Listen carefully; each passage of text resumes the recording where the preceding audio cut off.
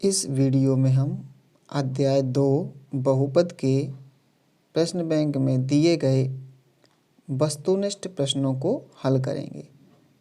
तो यहाँ पर प्रश्न क्रमांक 1 है, यदि ax² plus bx plus c द्विघात बहुपद के शून्यक जहाँ c का मान 0 नहीं होना चाहिए बराबर है तब, तो इसका आंसर हो जाएगा c तथा a के चिन्ह समान होंगे।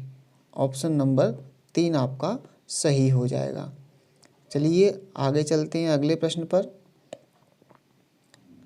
प्रश्न दिया गया है, बहुपद x प्लस 1 कोष्टक में x² माइनस x पे घात 4 प्लस 1 के लिए घात होगी। तो यहाँ हम देखते हैं, जब x का x पे घात 4 वाले पद में गुणा होगा तो x की घात 5 बन जाएगी। तो हमारा जो अभीष्ट उत्तर होने वाला है वो ऑप्शन नंबर 4 हो जाएगा। चलिए अगले प्रश्न की ओर चलते हैं। प्रश्न है, यदि x² plus a plus 1x plus b बहुपद के लिए 2 तथा -3 दो शून्यक हैं, तब a और b के मान हमें बताना है। जब हम इसे सॉल्व करेंगे तो हमारा उत्तर जो निकल के आएगा वो a का मान 0 और b का मान -6 निकल के आएगा, यानी कि हमारा ऑप्शन नंबर 4 सही हो जाएगा। चलिए आगे चलते हैं अगले प्रश्न की ओर। इसमें बहुपद दिया गया है x² माइनस 49 के शून्यक क्या होंगे।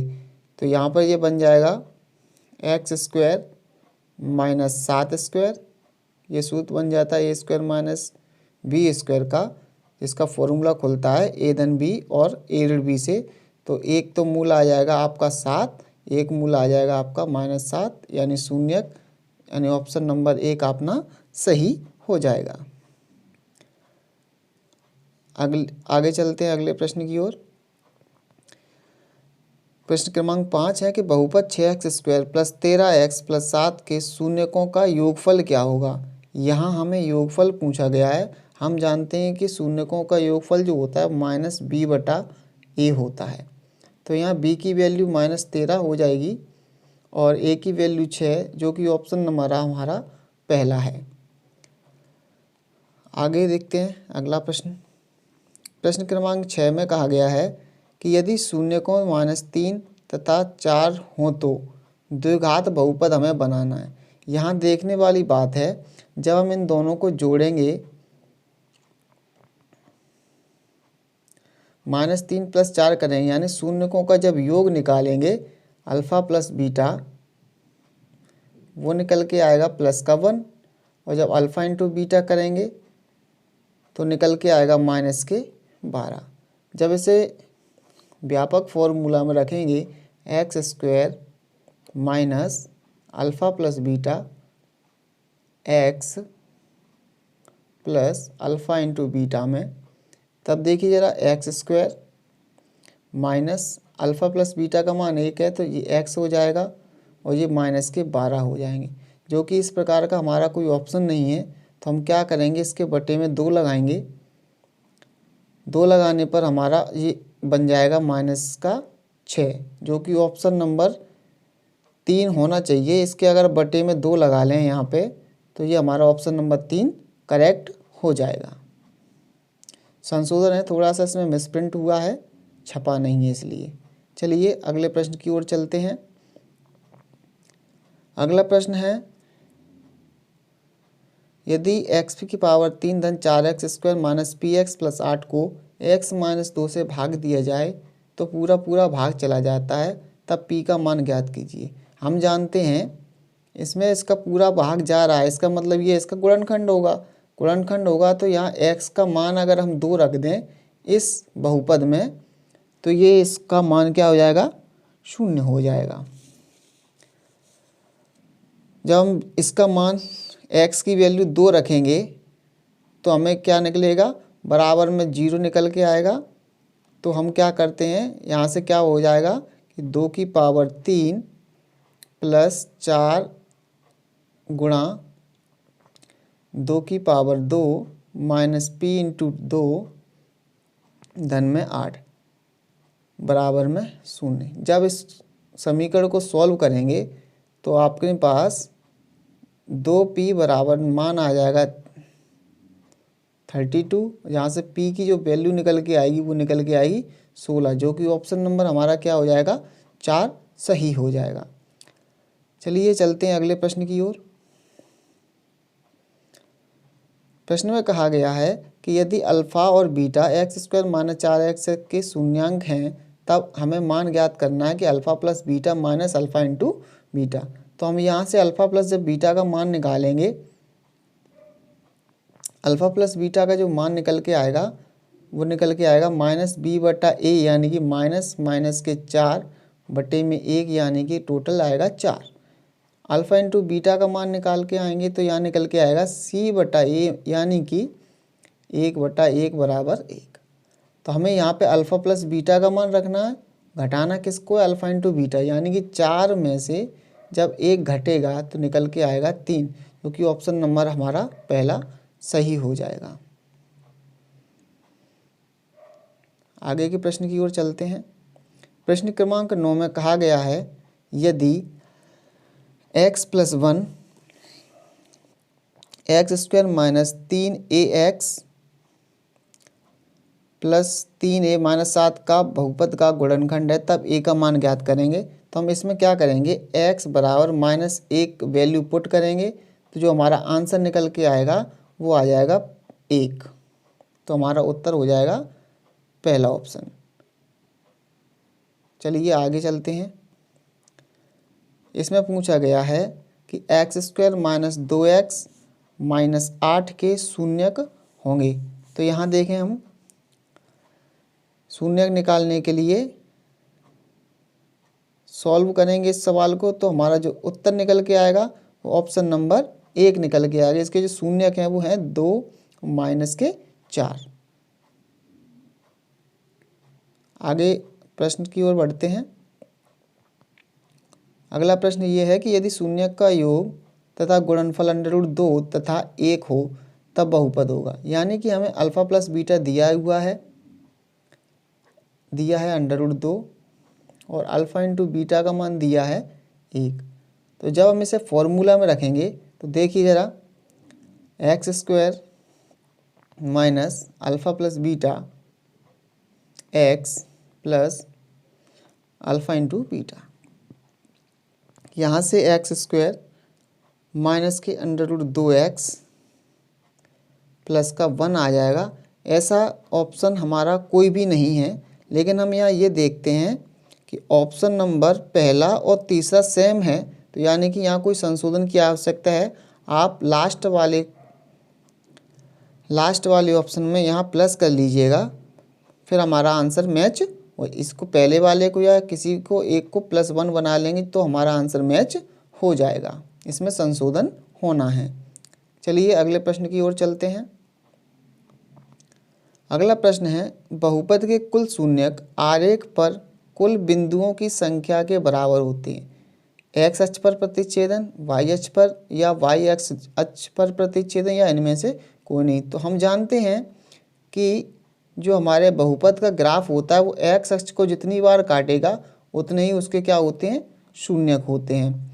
तो यहाँ पर आंसर हमारा हो जाएगा ऑप्शन नंबर 1, x अक्ष पर प्रतिच्छेदन। अगले प्रश्न की ओर चलते हैं। यहाँ है प्रश्न क्रमांक 13, बहुपद की घात n होने पर, यानी किसी बहुपद की घात अगर an है, ax की पावर an करके आता है, तो उसके मूल कितने होंगे। केवल एक शून्यक होगा, यानी शून्यक कितने होंगे, 1 होगा। कम से कम n शून्यक होंगे, n से ज़्यादा शून्यक होंगे। देखो, एक तो होना नहीं है क्योंकि घात n है, n का जितना मान होगा उतने ही उसके शून्यक होंगे। कम से कम n शून्यक, n से ज़्यादा होना नहीं है। अब बचे अपने पास ऑप्शन 2, कम से कम n शून्यक होंगे और n शून्यक होंगे। जितनी घात होती है, यदि बहुपद की घात 2 है तो शून्य के भी 2 होते हैं, बहुपद की घात 3 होगी तो शून्य के भी 3 होंगे। इसलिए हम कह सकते हैं कि बहुपद की घात n होने पर शून्य कितने होंगे, n शून्य होंगे, जो कि हमारा ऑप्शन नंबर 4 है, सही हो जाएगा। अगले प्रश्न की ओर बढ़ते हैं। x² plus ax plus b के रूप में एक द्विघात बहुपद का एक शून्यक दूसरे शून्यक का ऋणात्मक हो तो इस प्रश्न में त्रुटि, बस इसमें कुछ छपा नहीं है। देखो इसमें पहले पढ़ेंगे, इसमें कोई रैखिक पद नहीं होता, और भी कुछ ऐसे कंडीशन देना चाह रहे थे जो इन्हें छप नहीं पाई है अभी प्रश्न बैंक में। दूसरा ऑप्शन है इसमें कोई रैखिक पद नहीं होता तथा करके यहाँ कुछ होने वाला था जो कि छपा नहीं है। इस रैखिक पद हो सकता है परंतु, यहाँ लिखना था उन्हें, परंतु के आगे कोई कंडीशन देनी थी जो लिख नहीं पाई है। इस रैखिक पद का इसका रैखिक पद हो सकता है परंतु, यहाँ इस प्रश्न को अभी हम नेग्लेक्ट करके चलते हैं इसमें त्रुटि होने के कारण। चलिए अगले प्रश्न की ओर चलते हैं। दिया हुआ है बहुपद p ऑफ x बराबर x² माइनस 9 के शून्यक होंगे। हम जानते हैं इसे हम कैसे लिख सकते हैं, x² माइनस 3 का स्क्वायर। तो इसका जो वैल्यू आने वाली है वो x बराबर प्लस माइनस 3 आने वाली है, जो कि हमारी ऑप्शन में नहीं है, तो हमारा ऑप्शन नंबर 4 सही हो जाएगा। चलिए आगे चलते हैं अगले प्रश्न की ओर। अगला प्रश्न है कि p ऑफ x बराबर x माइनस 323 एक बहुपद है। तो देखो चर बहुपद, द्विघात बहुपद, रैखिक बहुपद, जब चर की घात अधिकतम 1 होती है तो हमारा वो रैखिक बहुपद कहलाता है। तो ऑप्शन नंबर 4 हमारा सही हो जाएगा। प्रश्न क्रमांक 17 की ओर चलते हैं। प्रश्न में कहा गया है यदि शून्यक 3 व 7 हैं तब कितने बहुपद हो सकते हैं, 3 से ज़्यादा, 3, 2 या 1। तो इसका उत्तर हो जाएगा 3 से ज़्यादा बहुपद हो सकते हैं, यानी कि ऑप्शन नंबर 1 हमारा सही हो जाएगा। अगले प्रश्न की ओर चलते हैं। प्रश्न क्रमांक 18, बहुपद x² प्लस 10x प्लस 24 के शून्यकों का गुणनफल होगा। हम जानते हैं शून्यकों का गुणनफल जो होता है अल्फा इंटू बीटा बराबर क्या होता है, c बटे a। यहाँ c का मान 24 है, बटे में 1 का मान 1 है, तो आंसर क्या आने वाला है 24, जो कि ऑप्शन नंबर हमारा तीसरा सही हो जाएगा। अगले प्रश्न की ओर चलते हैं। यहाँ कहा गया है कि 2x² माइनस 7x माइनस 15 का गुणनखंड ज्ञात कीजिए। हम इसके मध्य पद को विभक्त करके हम इसका क्या करते हैं, गुणनखंड ज्ञात करेंगे। जब गुणनखंड ज्ञात करेंगे तो हमारा गुणनखंड जो आने वाला है वो आएगा x माइनस 5 और 2x प्लस 3, यानी ऑप्शन नंबर 3 हमारा सही हो जाएगा। क्वेश्चन नंबर 20 भी क्या है, अभी मिसप्रिंट है। तो यहाँ पर जो इसका जो शून्यक आने वाले हैं वो आएगा 4/3 और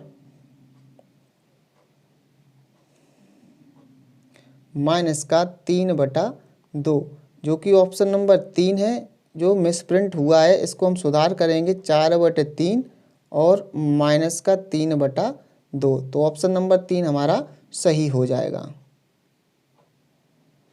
अगले प्रश्न की ओर चलते हैं। प्रश्न में कहा गया है कि 2x² प्लस x माइनस 5 के लिए शून्यकों का योग एवं गुणनफल ज्ञात कीजिए। तो हम जानते हैं अल्फा प्लस बीटा कैसे निकलता है, माइनस b बटे a से। यहाँ माइनस b यानी माइनस का 1 हो जाएगा और a का मान यहाँ 2 है, और अल्फा इंटू बीटा क्या हो जाएगा c बटा a, यानी कि c का मान यहाँ माइनस 5 बटे में कौन है 2 है। तो ऑप्शन नंबर 1 हमारा इससे मैच हो रहा है, तो इसका उत्तर हो जाएगा ऑप्शन नंबर 1। अगले प्रश्न की ओर चलते हैं।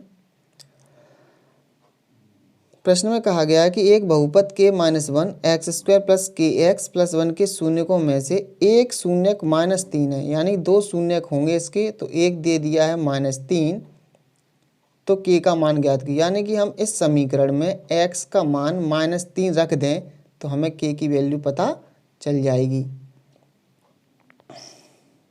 तो यहाँ पर जो k की वैल्यू आने वाली है वो आएगी 4/3। इसे हम सॉल्व करके देख लेंगे। अगले प्रश्न की ओर। प्रश्न क्रमांक 23 है कि x² + 3x - 2 तब α² + β² का मान क्या होगा। इसमें क्या करेंगे हम,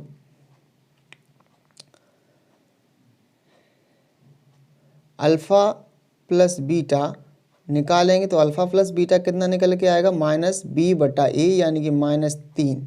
और अल्फ़ा इंटू बीटा क्या निकल के आएगा, c/a -2।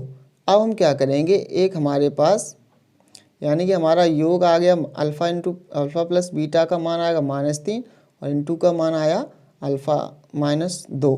तो हम क्या करेंगे, अब एक हमारे पास जो सर्वसम का है अल्फ़ा प्लस बीटा का होल स्क्वायर, तो इसका मान होता है α² प्लस β² प्लस 2ab। तो हम क्या करेंगे, अल्फ़ा प्लस बीटा का मान निकालना है और अल्फ़ा इंटू बीटा का मान हमें पता है। तो अल्फ़ा इंटू बीटा का मान कितना निकल के आया था, -2 और अल्फ़ा प्लस बीटा का मान था -3। जब इसका वर्ग करेंगे तो जो हो जाएगा 9 और जो 2 का गुणा 2 में करके आएंगे -4। जब इधर आएंगे तो जो हो जाएंगे +4 बराबर में α² प्लस β²। तो 9 और 4 को जब योग करेंगे तो आ जाएगा 13, यानी कि ऑप्शन नंबर हमारा दूसरा सही हो जाएगा। अगला प्रश्न क्रमांक 24। प्रश्न है कि 33 में क्या जोड़ें कि वह पूर्ण वर्ग बन जाए। हम जानते हैं कि 6 का जो वर्ग होता है वो होता है 36 और हमसे कहा गया है कि 33 में क्या जोड़ें कि किसी संख्या का पूर्ण वर्ग बन जाए। तो हम क्या करेंगे, अगर 33 में 3 जोड़ दें तो वो 36 बन जाएगा, लेकिन हमारा जो आंसर इससे आएगा वो क्या आएगा, 3 आएगा, जो कि ऑप्शन में है नहीं। तो हम क्या करेंगे, 6 का वर्ग ना बनाते हुए किसका वर्ग बनाएंगे, 7 का वर्ग। 7 का वर्ग होता है 49 और 49 में जब हम 33 कम कर देंगे तो यह आएगा आपका 6 1 यानी कि 16। तो ऑप्शन नंबर 3 हमारा क्या हो जाएगा, सही हो जाएगा। बढ़ते हैं अगले प्रश्न की ओर। त्रिघात बहुपद ax3 धन bx² धन cx प्लस d के कोई दो शून्यक शून्य हैं, तब तीसरा शून्यक क्या होगा। तो हम जानते हैं कि त्रिघात बहुपद के जो शून्यक होते हैं वो कैसे निकलते हैं, alpha plus beta plus gamma बराबर होता है -b/a। तो हम यहाँ बता रहे हैं कि कोई दो यानी अल्फ़ा प्लस बीटा का मान अगर शून्य हो जाए तो गामा का मान क्या हो जाएगा, -b/a, यानी कि ऑप्शन नंबर 1 हमारा सही हो जाएगा। बढ़ते हैं अगले प्रश्न की ओर। प्रश्न क्रमांक 26 है कि त्रिघात बहुपद ax3 धन bx² धन cx धन d का एक शून्यक शून्य, ठीक है, इसमें एक शून्यक शून्य दिया है, तब अन्य दो शून्यांकों का गुणनफल। तो हम जानते हैं कि alpha into beta plus beta into gamma plus gamma into alpha का मान जो होता है वो c/a होता है। अगर इसमें से कोई एक अल्फ़ा अगर हम 0 मान लें तो अल्फ़ा अगर 0 है तो ये 0 हो जाएगा और ये 0 हो जाएगा, तो दो शून्यांकों का गुणनफल क्या हो जाएगा, c/a, जो कि ऑप्शन नंबर हमारा 2 है। तो यहाँ पर हमारा ऑप्शन नंबर 2 सही हो जाएगा। बढ़ते हैं अगले प्रश्न की ओर। प्रश्न क्रमांक 27। एक द्विघात बहुपद x² प्लस 99x प्लस 127 के शून्यक होंगे, दोनों धनात्मक होंगे, दोनों ऋणात्मक होंगे, या एक धनात्मक तथा दूसरा ऋणात्मक, या दोनों समान होंगे। तो इसका उत्तर होने वाला है दोनों ऋणात्मक होंगे, यानी कि आंसर को ऑप्शन नंबर 2 हमारा सही हो जाएगा। क्यों हो जाएगा, अगर आपको जानना है तो कमेंट बॉक्स में अपना कमेंट छोड़िए, तो हम अगले वीडियो में इसका जवाब आपको दे देंगे। बढ़ते हैं अगले प्रश्न की ओर। यह प्रश्न क्रमांक 28 जो है प्रश्न क्रमांक 1 का रिपीट हुआ है। तो इसका उत्तर क्या था आपने कि सी और ए के एक ही चिन्ह होंगे। Option number 3। अगला प्रश्न की ओर चलते हैं। यहाँ कहा गया है यदि p ऑफ x x पे बराबर जो है वो x की घात 3 धन 1 बटे में x स्क्वायर प्लस 5, तब भागफल की घात क्या होगी। तो हम जानते हैं कि प्रथम पद में अगर हम भाजक के प्रथम पद का भाग देंगे तो यहाँ जो भागफल आएगा वो x आएगा, यानी कि घात कितनी रहेगी यहाँ 1, यानी कि ऑप्शन नंबर हमारा कितना रहेगा 2। ऑप्शन नंबर हमारा सही हो जाएगा। अगले प्रश्न की ओर चलते हैं। इस प्रश्न में कहा गया है कि वर्ग घात बहुपद एक्स स्क्वायर के एक्स प्लस के, तो के का मान जहाँ शून्य नहीं होना चाहिए तब क्या कंडीशन बनेगी। दोनों धनात्मक नहीं हो सकते। ऑप्शन नंबर 2 है दोनों ऋणात्मक नहीं हो सकते। सदैव असमान होंगे, सदैव समान होंगे। इस सवाल में बनती हैं 2 कंडीशन। उन दोनों कंडीशन का जो निष्कर्ष निकल के आता है वो ये निकल के आता है कि दोनों धनात्मक नहीं हो सकते किसी भी शर्त पर, कंडीशन में। तो हमारा ऑप्शन नंबर 1 सही हो जाएगा। यह वीडियो आपको कैसा लगा कमेंट बॉक्स में आकर ज़रूर बताएं, और आगे के वीडियो को नोटिफिकेशन लेने के लिए आपको बेल आइकन पर ऑल बटन पर प्रेस करें, चैनल को सब्सक्राइब करें। धन्यवाद।